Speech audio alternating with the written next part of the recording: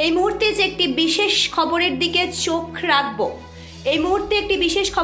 চোখ রাখবো পূর্ব মেদিনীপুরের ময়নার দিক থেকে রাজনৈতিক হানাহানির ঊর্ধ্বে উঠে এক অনন্য সৌজন্যের ছবি ধরা পড়ল পূর্ব মেদিনীপুরের ময়নায়। শনিবার সেখানে তৃণমূল কংগ্রেসের একটি মিছিল চলাকালীন আচমকা সামনে চলে আসে বিজেপির ব্রিগেডিয়ার সমাবেশে যাওয়ার একটি বাস।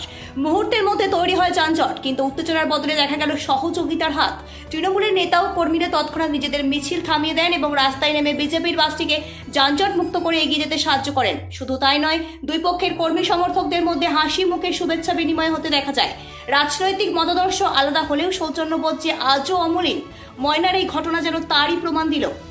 ব্যুরো রিপোর্ট, আমার বাংলা নিউজ।